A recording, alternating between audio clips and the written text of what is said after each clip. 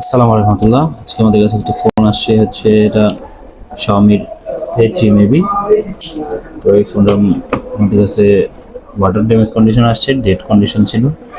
তো এটা হালকা পাতলা কাজ করাই ছিল। তো দেখতে পাচ্ছেন সব শিল্ড ওঠানো। তো এটা হচ্ছে আমরা একটু দেখবো ডিসি রিডিং কত এবং আই চার্জারে কত আসতেছে। তো চলুন আমরা প্রথমে ডিসি রিডিংটা একটু দেখি। ডিসিতে আমরা 4.1 এখানে সেট করে রাখছি।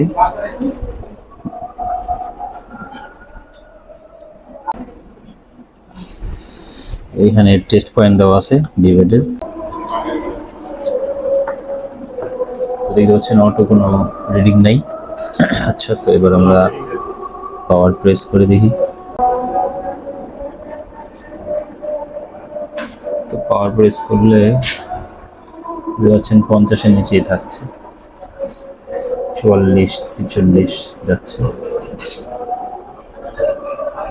হচ্ছে এটার অবস্থা। মানে ফোন অন হচ্ছে না, বারবার সেম টু সেম, কোন প্রকার চেঞ্জেস নাই। 11, 40, 44, 46। তো এবার এটাকে আমরা একটু চার্জে লাগিয়ে দেখি চার্জিং কন্ডিশনটা কি।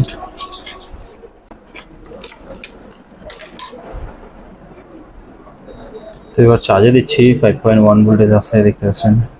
ব্যাটারিটা লাগাই, চার্জ করি।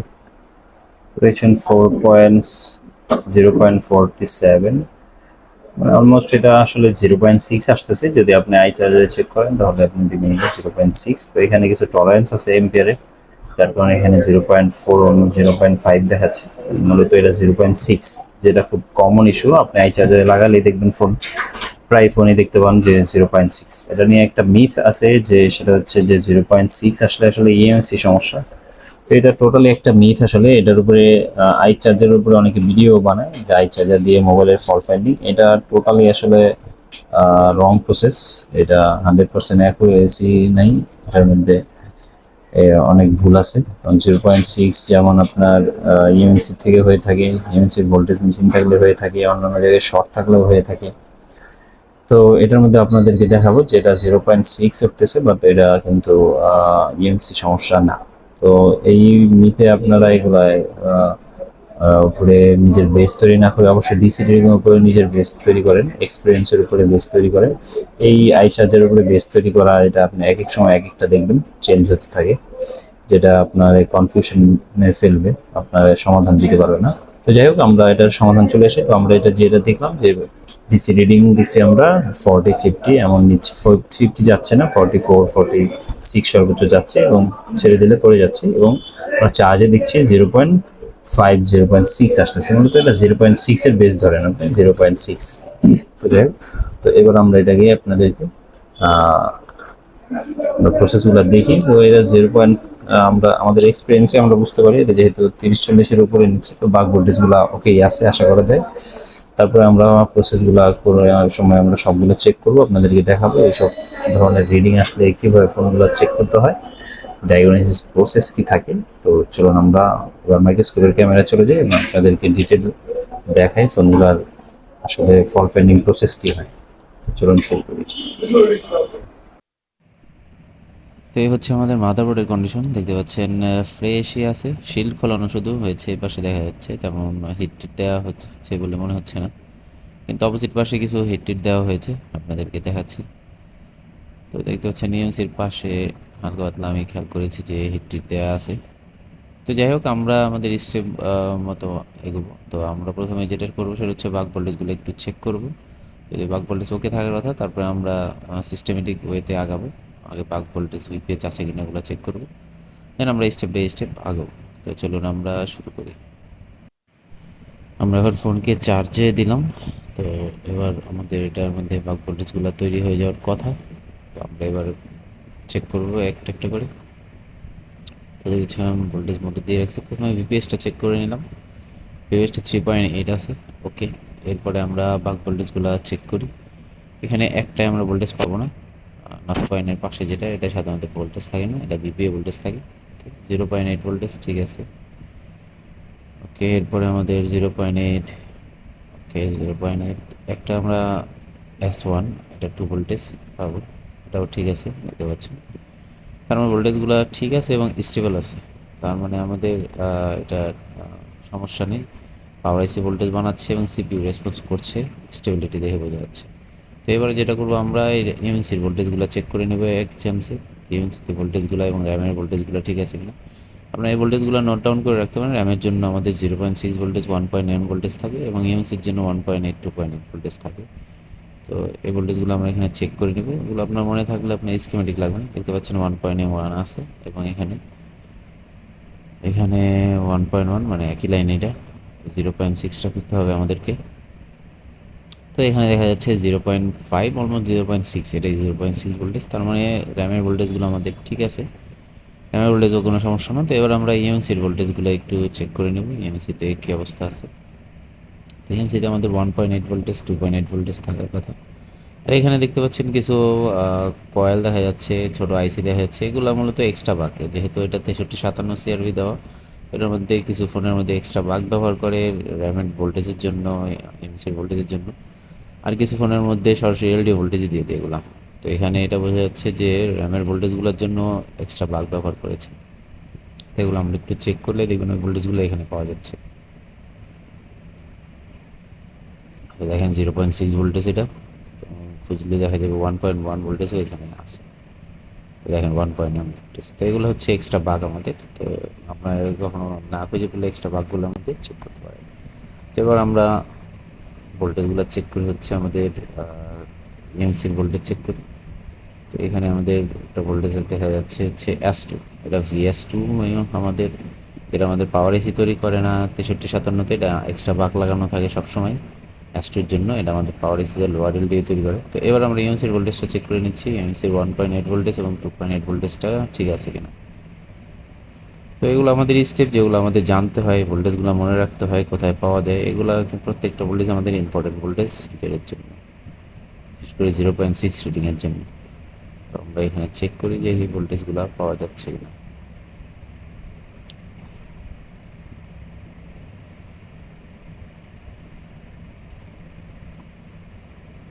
তো দেখতে পাচ্ছেন এখানে 0.8 দেওয়া, এখানে এখানে 1.8 ভোল্টেজ আমরা পেয়েছি। তো বাকি আছে 2.8 ভোল্টেজ।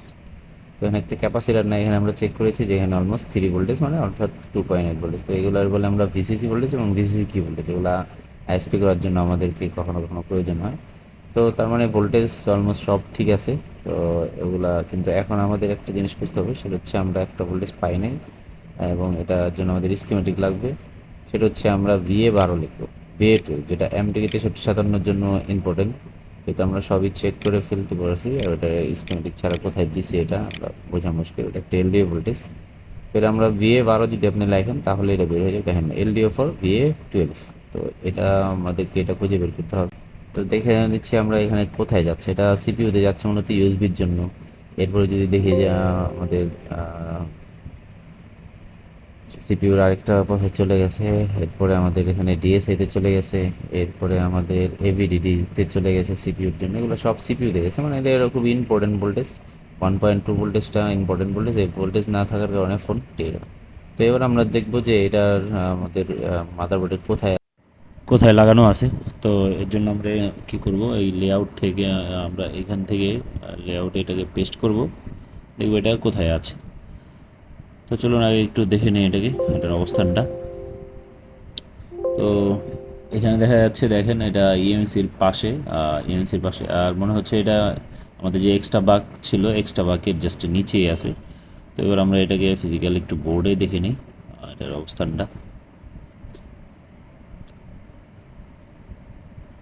তো ইয়েস, হ্যাঁ, এটা হচ্ছে আমরা যেখানে এক্সট্রা বাগ, আমরা যেখানে চেক করেছি এক্সট্রা বাগ এসেছিল, এটা জাস্ট নিচেই আছে। এবং দেখা যাচ্ছে কিছু কাজটাজও করা আছে, কেউ ট্রাই করছে মেবি এটাকে। তো এখন যেটা করতে হবে আমাদেরকে সেটা হচ্ছে আমরা এটার আউটপুট ভোল্টেজটা চেক করব, আউটপুট ভোল্টেজটা ঠিক আছে কিনা। তো আমরা এটাকে দেখে নেব আউটপুটটা কে আছে। এর জন্য আমরা বিট ম্যাপটা অন করে সহজে বোঝার চেষ্টা করব আউটপুটটাকে। তো এটা আউটপুট ভোল্টেজ আমরা পাবো হচ্ছে 1.1 ভোল্টেজ। এটা 1.1 থেকে যে VA12 দিছে মানে 1.2 ভোল্টেজ। তো 1.1 থেকে 1.2 ভোল্টেজ আপনি পাবেন এখানে, এবং স্টেবল হতে হবে ভোল্টেজটা। তো আমরা দেখি এটার আউটপুটে ভোল্টেজ আউটপুট পারা কোনটা। তো হচ্ছে আমরা বিটম্যাপ দিয়ে সহজেই বুঝতে পারবো কোন কোন কম্পোনেন্ট আছে আমাদের মাপার সুবিধার্থে, জন্য আমরা বিটম্যাপটাও অন করে ফেলছি। তো এখানে দেখতে পাচ্ছেন এই ক্যাপাসিটার দেখা যাচ্ছে, একটা বড় ক্যাপাসিটারও আছে, ইলেকট্রোলাইট ক্যাপাসিটার। তো এখানে আমরা চেক করতে পারি, চেক করলে আমরা এখানে বুঝতে পারবো যে আসলে আমাদের ভোল্টেজটা তৈরি হচ্ছে কিনা। তো চলুন এটাকে এখানে আমরা একটু চেক করে নিই এখন। তো দেখতে পাচ্ছেন আমাদের মাল্টিমিটারকে আমরা ডিসি মোডে সেট করে রাখছি, এখন এখানে আমরা এখন চেক করছি। তো দেখেন এখানে আমাদের কোনো ভোল্টেজ শো করছে না। এখানে আমাদের 1.2 ভোল্টেজ যে আসার কথা, ভোল্টেজ নাই। তার মানে আমাদের বিয়ে বারোই আসলে সমস্যা, এটার কারণে ফোন ডেড হচ্ছে। তো এবার আমরা দেখে নেব এটার রিকোয়ারমেন্ট কী। এটা আসলে আমাদের বিয়ে বারো এই আইসি সমস্যা, নাকি আমাদের কোনো ভোল্টেজ ইনপুটের সমস্যা। এর জন্য আমাদের এখন রিকোয়ারমেন্টগুলো দেখবো। দেখতে পাচ্ছেন একটা রেজিস্টার হয়ে 1K রেজিস্টার হয়ে বিপিএইচ এসছে, এবং এখানে ইনেবল আসছে হচ্ছে এক্সট্রা বিএমআইসি এবং ভিএস2। তো আমরা এটাকে প্রত্যেকটা লাইন চেক করব সবগুলো ভোল্টেজ আসে কিনা। তো এই জন্য আমরা এখানে কম্বাইন করে নিচ্ছি সহজে কম্পোনেন্টগুলো খোঁজার জন্য, কী কী কম্পোনেন্ট আছে এটার সঙ্গে যুক্ত। তো আমার আরেকটা কাজ করছিলাম, তো এটার মধ্যে অলরেডি কম্বাইন করা ছিল একটা, তো এটা আরেকটা আমরা অ্যাড করলাম। তো এটা হচ্ছে আমাদের VA12 আইসি, আর নিচে হচ্ছে আমাদের লেআউট। তো আমরা এখান থেকে জাস্ট কপি করলে নিচে ডিরেক্ট চলে আসবে, এই সুবিধার্থে আমরা বারবার কপি পেস্ট করতে হবে না। এই জন্য আমরা এইভাবে ব্যবহার করতেছি এখন কম্বাইন করে। তো দেখাই আপনাদেরকে।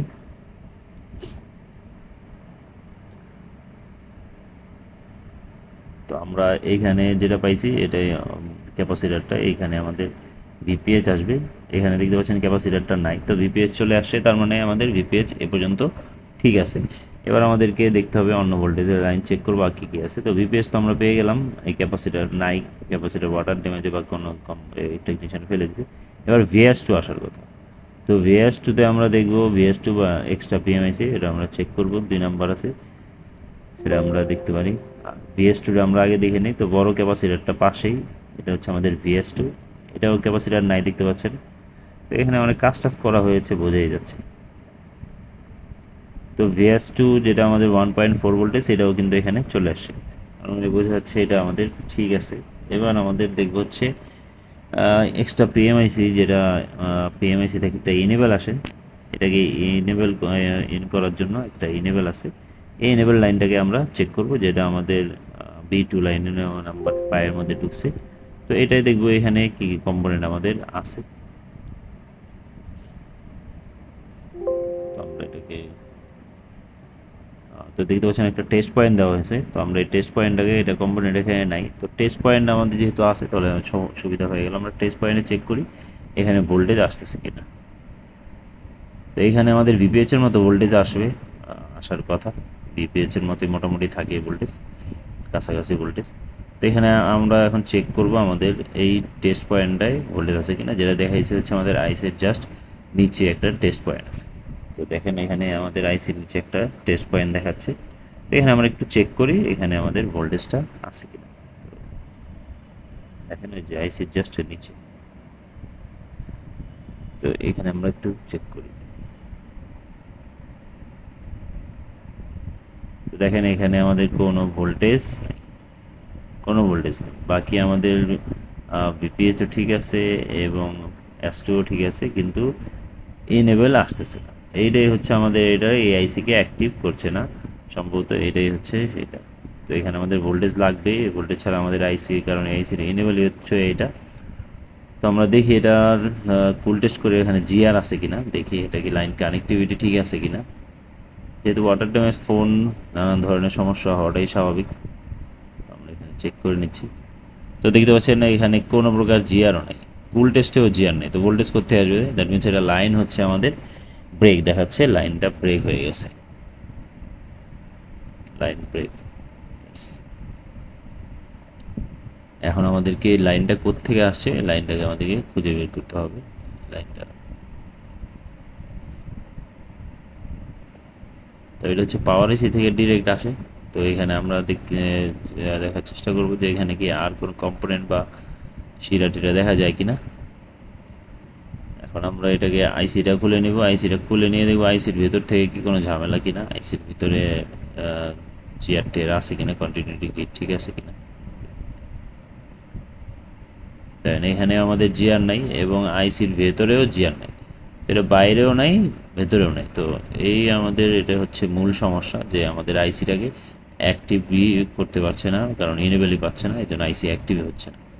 একটু ক্লিনিং করে নিচ্ছি, এরপরে আমরা এটাকে দেখব লাইনটা কোত্থেকে আসছে, বোঝার চেষ্টা করব। হ্যাঁ, একটা ছোট শিরা দেখা যাচ্ছে, একেবারে ছোট একটা শিরা দেখা যাচ্ছে, এবং শিরার এই পাশে একটা গোল চিহ্ন দেখা যাচ্ছে, যেটা হচ্ছে লেয়ার বদলের চিহ্ন। তো এইখানে আমরা এটা শিরাটা চলে গেছে, যে মাইক্রোস্কোপে এত স্পষ্ট হয়তো বোঝা যাচ্ছে না, এটা পর্যন্ত এসছে। তো আমরা দেখবো এখানে কি জিআর আছে কিনা। যদি এখানে জিআর থাকে তাহলে আমরা এখান থেকে টেনে দিলেই হবে, আর যদি এখানেও জিআর না থাকে তাহলে আমাদেরকে পাওয়ার আইসি থেকে টানতে হবে, কিছু করার নেই। তো আমরা দেখি এখানে জিআর আছে কিনা, চেক করি। তো দেখেন এখানে কিন্তু আমাদের জিআর চলে এসছে, তার মানে আমাদের এখানে ঠিক আছে। এই পথে আসতে গিয়ে এটা আমাদের লাইন ব্রেক হয়ে গেছে, এটা ওয়াটার ড্যামেজের কারণে লাইন ব্রেক হয়ে গেছে। তার মানে আমরা এখান থেকে একটা জাম্পার করে যদি আইসিতে দিয়ে দিই তাহলে আমাদের কাজটা সমাধান হয়ে যাবে ইনশাল্লাহ। তো চলুন আমরা এখান থেকে একটা জাম্পার করে আইসির ভিতরে দিয়ে দিই। তো এর পূর্বে আমরা এখানে একটু ভোল্টেজটাও চেক করে নিই, যে আসলে ভোল্টেজটা কি এ পর্যন্ত ঠিক আছে কিনা, আর নইলে তো লাইন টেনে লাভ নেই। তো আমরা চলুন একটু ভোল্টেজটা আগে একটু মেপে দেখে নিই ভোল্টেজটা কত আসতেছে।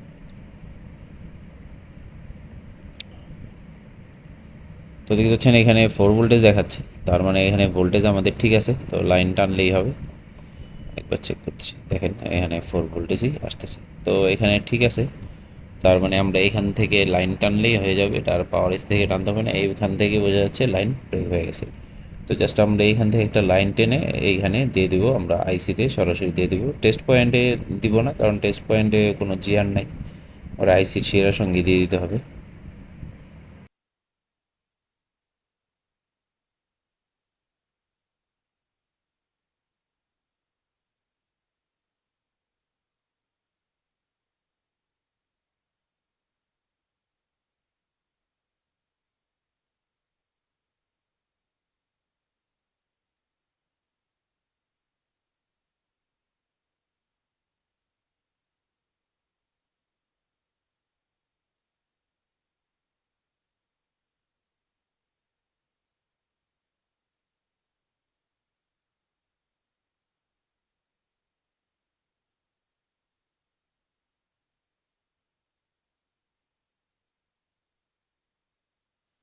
তো আমরা দেখতে পাচ্ছেন আইসির সরাসরি পায়ের মধ্যে দিয়ে দিছি। তো এখানে আমরা একটু চেক করবো এবার ইনপুটগুলো ঠিক আছে কিনা এবং আউটপুট ঠিক আছে কিনা।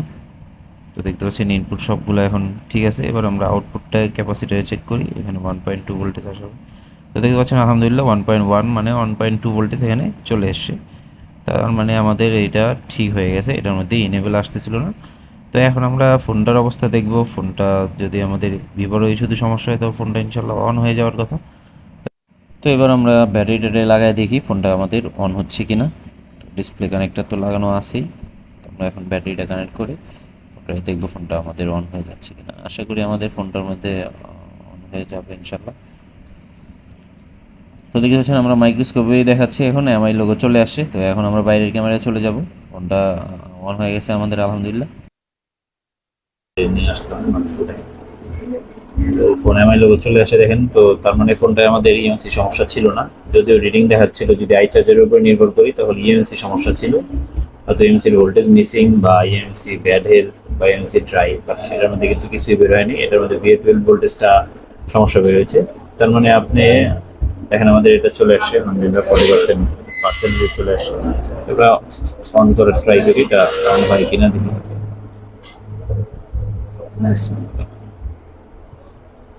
ভাইব্রেট করেছে, অন হচ্ছে। এবং এখানে যদি দেখে আপনাদেরকে হচ্ছে আমাদের যেটা আমরা টেনেছি হচ্ছে যে একটা ছোট নাম্বারিং করা।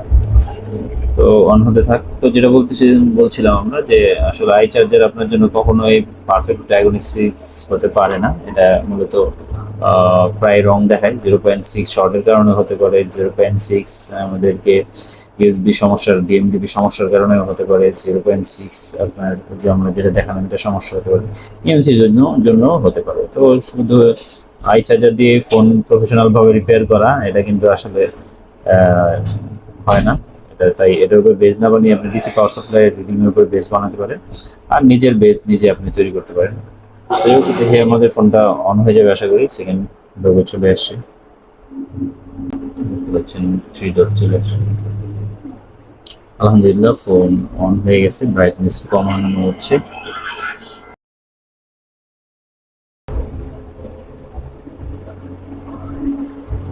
তো দেখতে পাচ্ছেন ফোন আমাদের পুরোপুরি অন হয়ে গেছে আলহামদুলিল্লাহ। তো যেটা বলছিলাম যে আসলে আপনি যখন আপনি বেস বানাবেন তো ডিসি পাওয়ার সাপ্লাইয়ের বেস বানানোর চেষ্টা করেন, তাহলে আপনার কাজগুলো আপনার জন্য আশা করি ভালো হবে। আর ডায়াগনোস করার সিস্টেম জানতে হবে, এগুলো আপনাকে শিখতে হবে। আপনাদেরকে যে কীভাবে ফোন ডায়াগনোস করতে হয়, কী কী ভোল্টেজ দরকার হয়, ইএমএস এর জন্য কী ভোল্টেজ দরকার হয়, সিপিইউতে কী ভোল্টেজ থাকে, এগুলো না জানলে আপনি সবসময় আন্দাজে কাজ করতে হবে। তো আজকে এই পর্যন্ত, দেখা হবে অন্য কোনো ভিডিওতে। আসসালামু আলাইকুম।